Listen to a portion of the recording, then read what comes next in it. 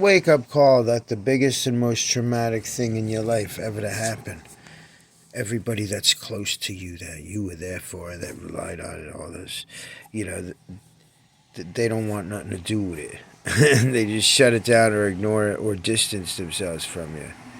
And, you know, on top of that, you're like, well, it concerns them because these are things that have, applied to the legal parameter of what is legal and lawful or illegal and unlawful.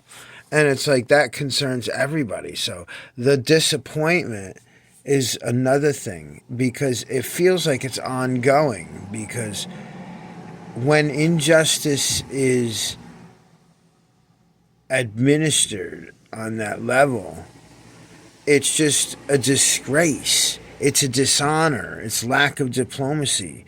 It's it's crapping on trust and investment by all of the people around, every family, young, old, different, everybody intermingles too. So it affects everybody. It's like a disease, the disease of injustice and the few that spread it. It's just something that's very hard to accept.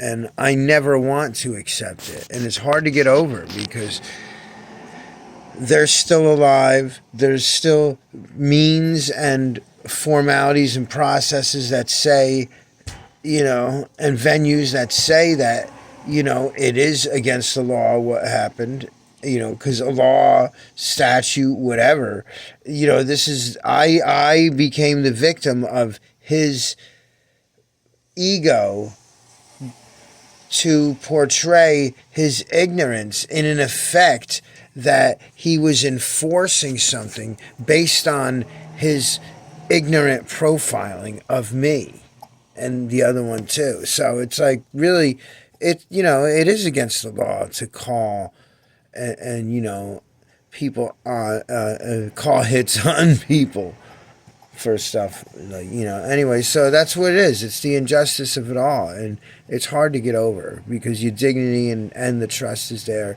and that you don't want to invest in the community that you're in because you're like, they're liars, they're hypocrites, they're cheats, they're biased, prejudiced, and discriminatory. Why do I want to invest in that as a human? It's like anarchy. That's why there's anarchy in the world, and that's really stupid, is because there's exclusion.